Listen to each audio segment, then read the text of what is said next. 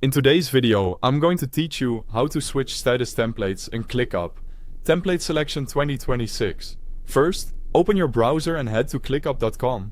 This process works the same whether you're on a desktop or a laptop. Once you're there, sign in with your ClickUp account using your preferred method, such as email or a connected sign-in option. If you're a part of multiple workspaces, make sure you're in the correct one before moving on, since status templates apply at the space level.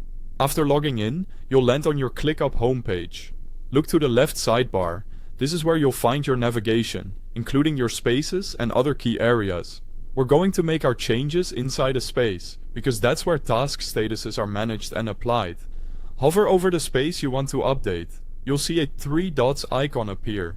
This is the More Options menu. Click it to open the space settings. From the options that appear, select Task Statuses. This takes you to the configuration screen where you control how tasks move from start to finish within this space. Next, look for the Status Template area. Click to open the template choices. Here you can switch your statuses to a preset like Content, Kanban, Marketing, Normal or Scrum, or you can create your own with New Template. Each preset is designed for a different workflow. Kanban offers a simple to-do, in-progress, done style. Scrum supports sprints with clear stages.